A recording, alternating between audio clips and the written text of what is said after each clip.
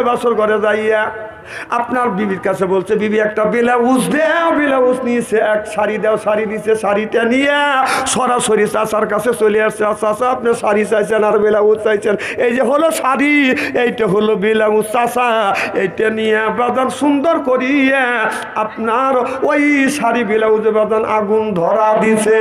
আগুন ধরা দিয়ে একটা পাতিলের মধ্যে বাদান ওর বাদান ছাইগুনি বাদান ছাই না কি কর ছাই নিয়ে বলতেছে বাতি যে এই পাত্রটা নিয়ে এই ছাইটা এখন আপনার এই পাত্রটা নিয়ে তোমার খাটের নিচে রাখিয়া তুমি তোমার বিবির সাথে যা খুশি তাই করো, আমার আফসোস নাই, আমার কোনো বাধা দেওয়া নাই। এবার যুবকটা যাইয়ে বিবি যায় বাসর করে বাদান কানতেছে, পাতিলটা খাটের নিচে রাখিয়া ছেলেটা ডাক দিচ্ছে, আসসালামু আলাইকুম। অমনি বিবি দাঁড়া গেছে, ওয়ালাইকুম আসসালাম।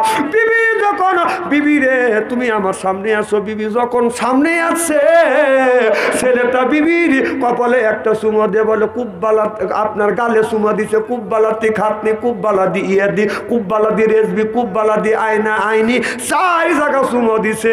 সুবহানাল্লাহ তো জোর কর। এবার সহবাস হয়ে গেছে, বাসর ঘর হয়ে গেছে, সকালবেলা সব মানুষ আসে তাকে করে দরজা রয়েছে। ও বাদান আপনার লাশ নেওয়ার জন্য বাদান খার চলে এসে ঘরে বাদান দরজায় টোকা মারছে। স্বামী স্ত্রী ফরজ গোসল করিয়ে বাদান আরামে ঘুমাইছে। 9টা বাজে গেছে, মানুষ হই হল্লা করতেছে, লাশটাকে বাড়ি করতে হবে। এরা কেন লাশ দরজা কেন খোলে না, দরজায় টোকা মারছে। ওই ছেলেটা আগুনটা বাদান ভেঙে গেছে, আইসে দরজা খুলে বলতেছে আসসালামু আলাইকুম। সব আশ্চর্য, এর আগে 9টা বাসর ঘরে গেছে, লাশ হয়ে বের হয়েছে, এনা জীবন্ত তাজা মানুষ। সুবহানাল্লাহ বাড়ির যা কয়। এর মানে হলো ওই মেয়েটার সাথে জিনের একটা আসর ছিল, দুষ্টু একটা জিন ছিল। ওই বাসর ঘরে যখন গেছে মেয়েটা জানে না, মেয়েটার জানে না বাদান ওই চিনতে যা বাদান তাকে বাদান মেরে ফেলছে। আর ওই যে কূপ আছে ওই কূপের পানি বাদান জিন আনছে। ওই স্বামী যখন বাসর ঘরে গেছে বিবি বলতে, স্বামী তুমি এক পিয়ালাও ওই স্বচ্ছ পানি খাও, পানিটা বাদান খাইছে, অমনি মারা গেছে। এই পানির সাথে বাদান বিষ মিশে নিয়েছিল। কথা কি আপনারা বুঝতেছেন? এবার ওই ছেলেটা ওই পানিটা বাদান পান করে নাই, এই জন্যই বাইসে আছে। বলে চাচা আমার বাবা এই এলাকার একজন মানুষের কাছে টাকা পাবে, আমরা তার কাছে টাকার জন্য যাব, চলো যাই, আপনি যদি অনুমতি দেন আমি যাব। আর যদি আপনি নিষেধ করেন ওই জায়গা আমি যাব না, কারণ আমার আব্বা বলেছে আপনি যেটা করতে বলবেন সেইটা করব, যেটা নিষেধ করবেন এক কদম সামনের দিকে অগ্রসর হব না। চিল্লাবেন আল্লাহু আকবার। ওই বাড়িতে মুরব্বী বলল, বাবা চলো যাই, তোমার বাবা ওই জামানার অনেক দিরহাম পাবে, 1 লক্ষ দিরহাম পাবে, এই দিরহাম আনতে হবে। ওই বাড়িতে বাদান গেছে, যাওয়ার সাথে সাথে বাদান মেহমানদারি করছে। সব মানুষ বলতেছে তোমরা কই আসছো, কয়ার কাছে আসছি, কয়ার বাড়িতে আসছে। আর যারা দেখা পাবে তাদেরকেই ঘরের মধ্যে সুন্দর করে খাওয়াইয়া ঘরের মধ্যে শোয়া রাখে, সকালবেলা লাশ বাড়ি করে। এইটা হলো তার ব্যবসা। মানুষকে এইরকম করে মানুষের ক্ষতি করে। ও বাদান একটা বিল্ডিং আছে, একটা বিল্ডিং এর বাদান 3টা তালা আছে। আপনার নিচের তালায় যখন শুইতে দেয় রাত, ওই লোকটা অবরে যখন ঘুমায় আছে, রাত 12টার পরে বাদান আপনার রাত 12টার পরে জোয়ার বাতা হয়, পানি এসে বাদান ওই তালা তাল তলা যায়। এরপরে ফজরের পরে বাদান 9টা পরে বাদান ওই পানিটা যখন নেমে যায় ওই লাশটা বের হয়, ওই লাশটাকে বাদান ওখান থেকে বাদান বের করে। এবার লোকমান আলাইহিস সালামের ছেলে আর ওই মুরব্বী যখন ওই বাড়িতে গেছে, ওই বাড়িওয়ালা ওই দানটা করছে, সুন্দর করে খাওয়াইয়া নিচতলায় শুইতে দিছে। কিছুক্ষণ থাকার পরে এই লোকটা মুরব্বী বলতেছে, বাবা আমার সাথে তুমি আসো। এবার 3 তলা যা দেখে ওই লোকটার ছেলে শুয়ে রয়েছে, বলে বাবা আমাদের নিচে অসুবিধা হচ্ছে, আমরা 2 জন উপর তলায় ইবাদত করবো, তুমি নিচতলা যাও। এবার ছেলেটা যখন নিচতলা যা বাদান দরজা দিয়ে শুইছে, আরামে ঘুমাইছে। রাত 12টার পরে বাদান জোয়ার বাতাস শুরু হয়ে গেছে, পানি আসে, গর্তা বাদান তোলা গেছে, ছেলেটা মারা গেছে। এবার আর 2 জন ফজরের নামাজ পড়িয়ে যখন 2 জন বাদান ঘুমাইছে, বাড়িওয়ালা লাশ লাশকে বাদান আপনার বের করতে যায় দেখে ওই দুইটা লাশ না ছেলের লাশ। ওই লোকটা কান্নাকাটি শুরু করছে। ওনার কান্নাকাটিতে লোকমান আলাইহিস সালাম ছেলে আর ওই লোকটার বাদান ঘুম ভেঙে গেছে। দুইজন উপর তলার থেকে নেমে এসে কয় কি হয়েছে? কয় দৈনিক আমি মানুষকে ধোঁকা দেই, আজকে তোমরা এসে আমাকে উচিত শিক্ষা দিছে, কারণ আমার কাছে টাকার লেগে যেই আছে সেই লোকটাকে এই ঘরের মধ্যে রাখি। আর কেমন করে করলে? কয় তুমি আমাদের মারার জন্য চালাকি করছো, আর আমরা উপর তলায় শুইছি, পাম দিয়ে তোর ছেলেকে নিচ তলায় দিছি।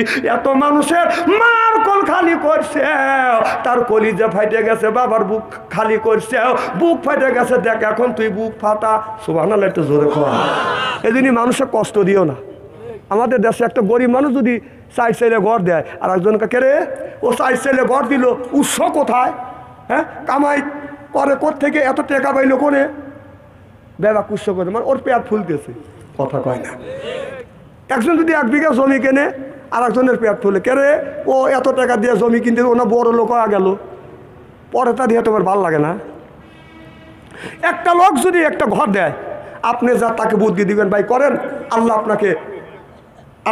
আপনাকে করাইবে। সুবহানাল্লাহ কর। আল্লাহ দিবের দিক, আল্লাহ বরকত দিক। পারলে আপনি 2 টাকা 2 সিকিটে সহযোগিতা করেন। আপনি ওর জন্য দোয়া করবেন, ওই দোয়া ওর কাছে পৌঁছার আগে দোয়া ব্যাগে আপনার ঘরে আসে। সুবহানাল্লাহ জোরে কর।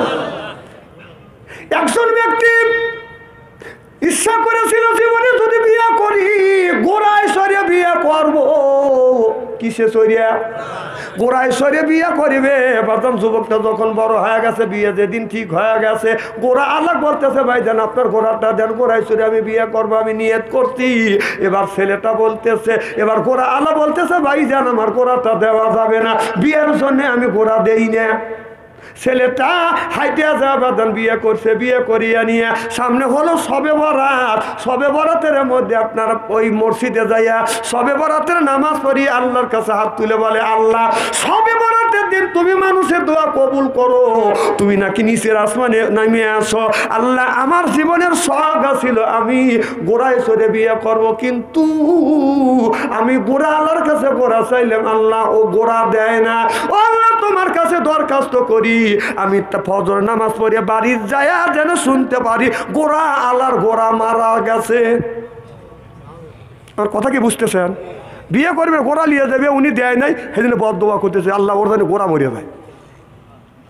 এইরকম করে সারা রাত নামাজ পড়ে গোড়া আল্লাহর বিপক্ষে দোয়া করছে, আমি জানি শুনে গোড়া মরে গেছে। সকালবেলা লোকটা আপনার বাড়িতে গেছে, যায়া দেখে বউ মনটা খারাপ, মা কাঁদতেছে। কয় কি হয়েছে? কয় গোয়াল ঘরে যায়া দেখো তোমার মহিষ মারা গেছে। ওই লোকটা বলে, হায় রে কপাল থাপড়াই আর কান দেখ, সারা রাত আমি নফল নামাজ পড়িয়ে আল্লাহর কাছে দোয়া করছি ওর জন্য গোড়া মারা যায়। ওই দোয়াটা গোড়ার বাড়ি যায় নাই, আমার বাড়ি তুমি পাইছে, আমার বাড়িতে গোয়ালে দুইকে মহিষ মারা গেছে। আমার কথা কি বুঝতেছেন? এই জন্য কোনো মানুষের জন্য কোনোদিনও দোয়া করবেন না। দোয়া করবেন আল্লাহ ও 2 বিঘা জমি কিনতেছে, ও আরও 2 বিঘা কিনবে দেন, ওই দোয়াটা ব্যাক করে আপনার এখানে আসবে। সুবহানাল্লাহ কর। ও 4 ছেলে চাল ঘর দিচ্ছে, আল্লাহ ওকে দেওয়ার তৌফিক দাও, ওই বরকত তোমার বাড়ি বেশি আসবে। সুবহানাল্লাহ বাড়ির যা কয় যখন মারহাবা নারে তাকবীর। খুব কি খারাপ লাগতেছে আমার ভাইয়ের আমার। অনেক মানুষ আছে বইয়ের কথা শুনিয়া মা বাবাকে বাদান আলাদা করে ফেলে, যখন ঠিক কিনা? কেউ বইয়ের কথা শুনো না, বইয়ের কথা শুনলে তোমার সারে সর্বনাশ হবে।